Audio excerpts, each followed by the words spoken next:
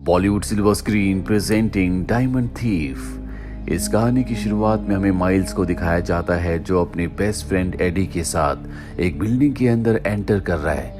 दरअसल इस बिल्डिंग के अंदर 17 मिलियन का डायमंड है और ये आज उसी डायमंड को चुराना चाहते हैं। इनका एक साथी बाहर इनका गाड़ी में इंतजार कर रहा होता है ताकि जब ये डायमंड लेकर आए तो वो इन सब को लेकर यहाँ से निकल जाए।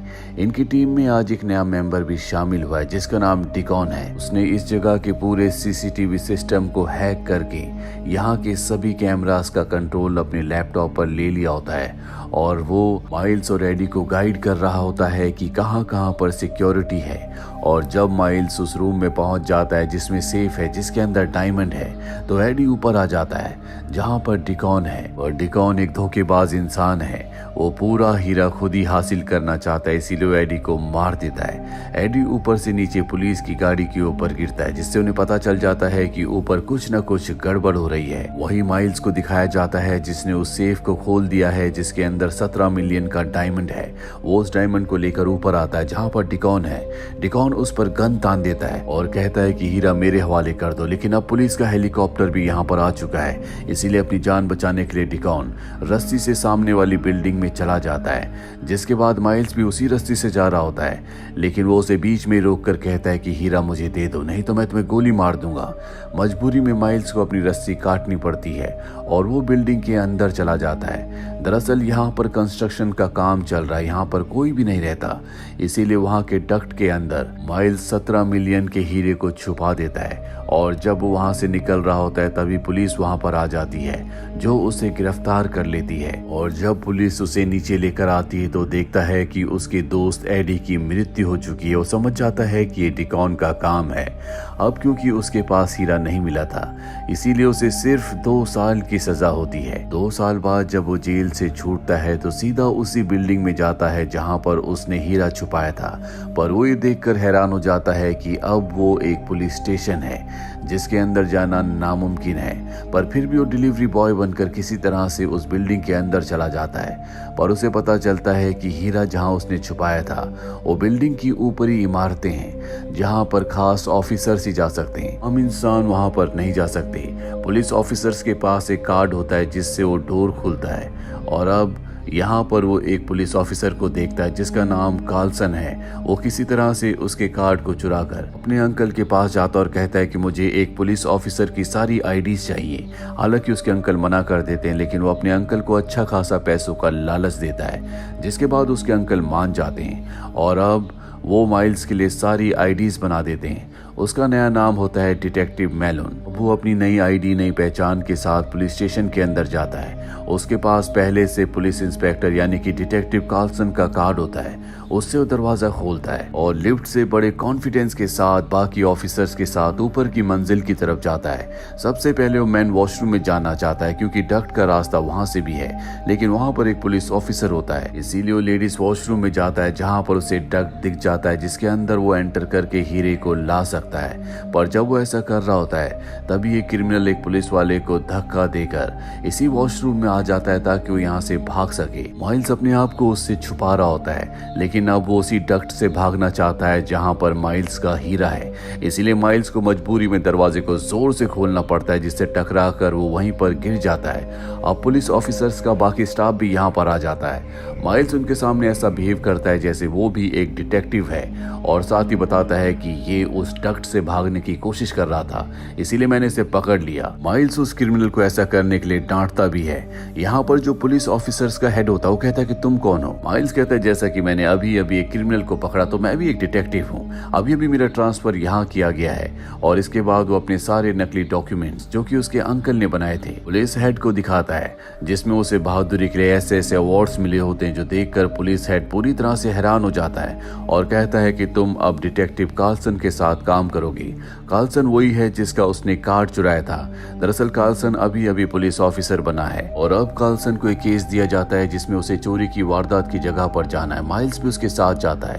कार्लसन से माइल्स को पता चलता है कि उसके अंकल ने उसकी फाइल में ऐसी बातें लिखी हैं, इससे सब उससे बहुत ही एक्सपर्ट समझते हैं। ये दोनों के दोनों उस चोरी की वारदात की जगह पर पहुंच जाते हैं। दरअसल ये एक वेयर हाउस होता है और यहाँ का ओनर बताता है कि कुछ ही देर पहले यहाँ पर चोर आए थे जो यहाँ से गाड़ी के बहुत ही कीमती स्पेयर पार्ट्स को चुरा कर ले गए। आपने आने में देर कर दी। माइल्स खुद भी एक चोर है, इसीलिए वो हर एक चीज को बहुत ही ध्यान से देखता और समझ जाता है कि वेयर हाउस का जो ओनर है वो झूठ बोल रहा है। इसके बाद वो पास ही खड़े एक ट्रक को चेक करता है जिसमें सारे वो स्पेयर पार्ट्स मिल जाते हैं जिनके चोरी होने का दावा वेयर हाउस के ओनर ने किया था। वेयर हाउस का जो ओनर होता है वो भी अपनी गलती को एक्सेप्ट कर लेता है। वो कहता है कि मैं इंश्योरेंस वालों से पैसा हासिल करना चाहता था, इसीलिए मैंने ये किया। माइल्स उसे वार्निंग देकर छोड़ देता है। हालांकि कार्लसन उसे गिरफ्तार करना चाहता है पर माइल्स कहता है कि हमें बड़े केस को सॉल्व करना चाहिए, छोटी मछलियों पर अपना टाइम वेस्ट नहीं करना चाहिए। और अभी दोनों के दोनों यहाँ से निकल जाते हैं। रास्ते में माइल्स एक स्टोर में जाता है और जब वो वहाँ से कुछ खरीद रहा होता है तभी स्टोर के अंदर एक क्रिमिनल आ जाता है जो लोगों को गन पॉइंट पर ले लेता है। हालांकि माइल्स को इससे कोई फर्क नहीं पड़ता, वहीं पर बैठकर चिप्स खाने लगता है। लेकिन जब उसे पता चलता है कि अब कार्लसन भी अंदर आ रहा है तो उसे एक्शन लेना पड़ता है। वो पीछे से उस क्रिमिनल के ऊपर गन तान देता है पर जब वो पलटता है तो माइल्स हैरान हो जाता है क्योंकि ये उसका पुराना साथी टली है जो उसके साथ डायमंड की चोरी में भी शामिल था। टली भी उसे देखकर हैरान हो जाता है। माइल्स समझ जाता है कि टली अगर पकड़ा गया तो वो भी पकड़ा जाएगा, इसीलिए वो उसे पीछे के दरवाजे से भगा देता है। पर टली की किस्मत अच्छी नहीं होती, उसे वहां पर पुलिस घेर लेती है। वो एक गार्बेज बॉक्स के पीछे जाकर छुप जाता है और अब सामने बहुत सारी पुलिस होती है। माइल्स भी उनके साथ होता है। माइल्स यहाँ पर अपने आप को बचाने के लिए अपने हाथ ऊपर करके टली से कहता है कि तुम गोली मत चलाना, मैं तुम्हारी तरफ आ रहा हूँ, मैं तुमसे बात करना चाहता हूँ। ये देखकर सब के सब पुलिस वाले हैरान हो जाते हैं और अब वो धीरे धीरे टली के पास जाता है और समझाता है कि तुम अपने आप को पुलिस के हवाले कर दो, पर ऐसा वो नहीं करना चाहता।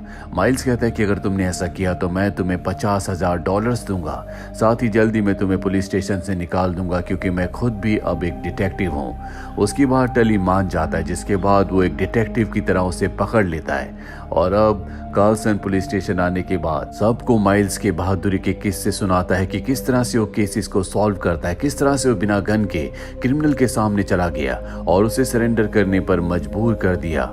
यहाँ पर जो पुलिस स्टेशन का हेड होता है वो अब माइल्स को अपने पास बुलाता है और उसकी प्रमोशन कर देता है। अब माइल्स के पास अपना सेपरेट केबिन है और उस केबिन के ऊपर वो डक्ट भी है जिसके अंदर उसने 2 साल पहले जब ये बिल्डिंग बन रही थी डायमंड को छुपाया था। अब उस डक्ट के अंदर जाता है और रेंगते हुए पूरे डक्ट को चेक करता है और जब उस जगह पहुंचता है जहां पर उसने हीरे को ऊपर चिपकाया था तो वहां पर हीरा नहीं होता। माइल्स से देखकर डिसअपॉइंट हो जाता है क्योंकि 2 सालों से वो इसी हीरे को पाने की कोशिश कर रहा है। अब वो नीचे आता है। कुछ देर बाद उसके पास एक डिटेक्टिव आता है जिससे बातों ही बातों में माइल्स डक्ट के बारे में पूछता है। बताता है कि कुछ महीनों पहले डक्ट के ऊपर एक हॉट वाटर पाइप फट गया था जिसके बाद डक्ट को हमेशा के लिए बंद कर दिया गया।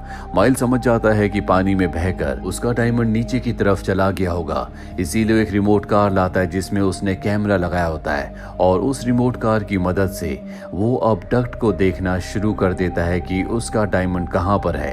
तभी उसके कमरे में कार्लसन आ जाता है और कहता है कि मैंने तुम्हारे रिकॉर्ड को चेक किया, तुम्हारे बैच नंबर को चेक किया और तुम्हारा कोई भी रिकॉर्ड नहीं है। और ये बात कार्लसन अपने हेड को बताना चाहता है पर इससे पहले कि वो अपने हेड तक पहुंचता माइल्स उसके पास जाता है और कहता है कि मैं एक सीक्रेट पुलिस ऑफिसर हूं और मुझे यहाँ पर एक बहुत ही खुफिया मिशन के लिए भेजा है। दरअसल तुम्हारे डिपार्टमेंट में बहुत सारे ऐसे पुलिस ऑफिसर हैं जो करप्ट हैं और मैं उन्हीं के बारे में पता लगाना चाहता हूँ। कार्लसन उसकी बातों में आ जाता है और तय करता है कि वो इस बारे में किसी को नहीं बताएगा।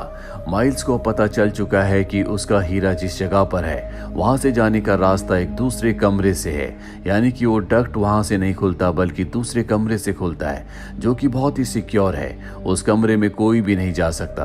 पर इससे पहले कि माइल्स किसी तरह से उस कमरे में जाता, माइल्स को एक केस दिया जाता है जिसमें म्यूजियम से बहुत ही कीमती सामान को चोरी किया गया था। माइल्स अब उस जगह पर जाता है जहां उसे पता चलता है कि चोर म्यूजियम के सारे सामान को छोड़कर भाग गए। FBI की टीम भी यहाँ पर होती है जो पहले से इस केस पर काम कर रही है। हालांकि माइल्स इस जगह को देख रहा होता है लेकिन उसे इस केस पर काम नहीं करने दिया जाता, उसका मजाक उड़ाया जाता है और उसे यहाँ से भेज दिया जाता है। अब जब वो कार्लसन के साथ गाड़ी से वापस जा रहा होता है तो माइल्स कार्लसन को बताता है कि ये म्यूजियम की चीजों की चोरी का सिर्फ सिर्फ एक बहाना है। ये केस ड्रग्स का है। दरअसल बॉर्डर से यहाँ पर ड्रग्स लाए जाते हैं और चोरों ने प्लान बनाया होगा कि वो ड्रग्स यहाँ पर लाएंगे, पर इससे पहले कि कस्टम वाले उस तक पहुंचे, यहाँ के जो क्रिमिनल्स हैं, जो ड्रग डीलर्स हैं, अपने ड्रग्स को चुरा कर इस देश में ले आएंगे। दरअसल ये पूरा का पूरा केस ड्रग्स का है और क्योंकि चोरी अभी अभी हुई है, यानी कि वो ट्रक अब भी आसपास ही कहीं होगा। ये पता लगने के बाद सब के सब उस ट्रक को ढूंढना शुरू कर देते हैं और माइल्स की टीम यानी कि उसका डिपार्टमेंट जल्दी उस ट्रक को ढूंढ लेता है जिसमें कई किलो ड्रग्स होता है और उस ड्रग्स को अब उसके डिपार्टमेंट के उसी रूम में लाया जाता है जहां पर कीमती चीजों को रखा जाता है, जिसके डक्ट के ऊपर उसका डायमंड है। माइल्स इंस्पेक्शन करने के बहाने अंदर जाता है और जल्दी अपने हीरे को हासिल कर लेता है। 2 सालों के बाद एक बार फिर से उसने इस हीरे को हासिल कर लिया और तभी पुलिस डिपार्टमेंट का हेड भी यहाँ पर आ जाता है, जिससे माइल्स घबरा जाता है और उसके हाथ से हीरा छूट जाता है। ड्रग्स के बीच में हीरा गिर जाता है जहां से निकालना इतना आसान नहीं है और अब यहाँ पर FBI की टीम भी आ जाती है जो इन नशीले पदार्थों को लैब भेजना चाहती है ताकि इन्हें टेस्ट किया जा सके। दरअसल ये मैक्सिको के एक बहुत बड़े गैंगस्टर के हैं। माइल्स एक बार फिर से हीरे को नहीं निकलने देना चाहता, इसीलिए सबको एक प्लान बताता है। वो कहता है कि जिसका भी ड्रग्स है हम उसके पास इस ट्रक को जाने देंगे ताकि हम उस ड्रग डीलर और उस पूरी गैंग को पकड़ लें। FBI को उसका आइडिया अच्छा लगता है। FBI कहती है कि ट्रक के अंदर ड्रग्स के साथ तुम बैठोगे। माइल्स उनकी बात मान जाता है क्योंकि खुद भी वो ऐसे ही चाहता है, पर ट्रक में बैठने से पहले वो अपने दोस्त टली को वहां से भगा देता है जिसे उसने खुद ही गिरफ्तार किया था और अब वो ट्रक में बैठ जाता है जिसके अंदर वो अपना हीरा ढूंढना शुरू कर देता है। जल्दी उसे अपना हीरा मिल जाता है और इससे पहले कि वो हीरा लेकर वहां से निकलता, वो देखता है कि टली भी ट्रक के अंदर आ रहा है और उसके पीछे डिकॉन होता है। डिकॉन ने उससे सब कुछ उगलवा लिया होता है और अब डिकॉन उससे गन पॉइंट पर हीरा हासिल कर लेता है, पर इससे पहले कि डिकॉन यहाँ से हीरे को लेकर जाता, ट्रक को क्रेन से उठा लिया जाता है। दरअसल अब ट्रक उस जगह पहुंच चुका है जहां पर वो सारे के सारे ड्रग डीलर्स हैं, उनकी पूरी गैंग है और जब वो पूरी गैंग दरवाजा खोलती है तो देखती है कि अंदर माइल्स, टली और डिकॉन है। वो इन्हें पकड़ लेते हैं। हालांकि माइल्स सबको बताने की कोशिश करता है कि वो पुलिस ऑफिसर नहीं बल्कि वो भी एक चोर, एक क्रिमिनल है, पर उसकी बातों पर कोई भी विश्वास नहीं करता। वहीं FBI ने एक कैमरा भी इनके साथ फिट कर दिया था जिससे उन्हें पता चल जाता है कि ट्रक कहां पर है और अब FBI भी यहाँ पर हमला कर देती है। डिकॉन इस मौके का फायदा उठाकर गाड़ी से हीरा लेकर भाग जाता है। माइल्स भी उसका पीछा करता है और उस गाड़ी को पकड़ लेता है, पर अब FBI भी इनका पीछा करना शुरू कर देती है। दरअसल वो मैक्सिको के बॉर्डर को पार करना चाहता है क्योंकि अगर उसने मैक्सिको के बॉर्डर को पार कर लिया तो वो पूरी तरह से सुरक्षित है। इस देश की पुलिस मैक्सिको जाकर इन्हें गिरफ्तार नहीं कर सकती और अब डिकॉन के सामने बॉर्डर है और वो बॉर्डर को पार करना चाहता है। हालांकि यहाँ पर सिक्योरिटी होती है, उस पर गोलियां चलाई जाती है, लेकिन वो लगातार ट्रक को, गाड़ी को आगे भगाते ही चला जाता है और तभी गाड़ी में एक जोरदार जर्क लगता है जिससे माइल्स नीचे गिर जाता है और डिकॉन किसी तरह से इस बॉर्डर को पार करके मैक्सिको पहुंच जाता है। और अब FBI की टीम और माइल्स की जो डिपार्टमेंट की टीम है यहाँ पर पहुंच चुकी है, लेकिन ये बॉर्डर पार नहीं कर सकते।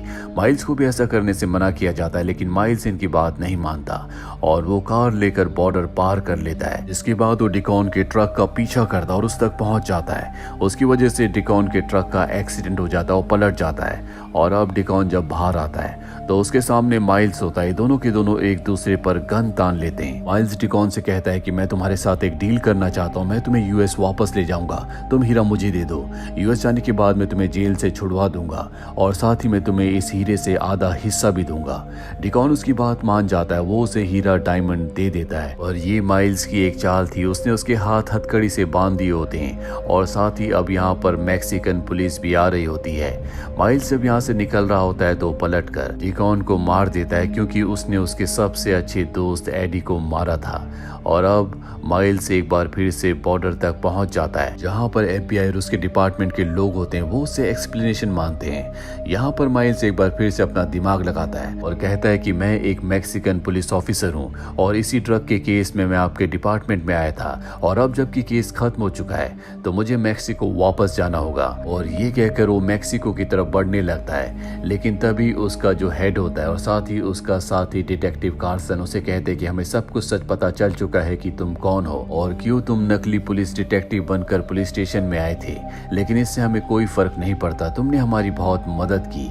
और अब जिस जगह पर माइल्स होता है उसके बीच में और पुलिस हेड और कार्सन के बीच में एक लाइन होती है जो कि मैक्सिको का बॉर्डर है।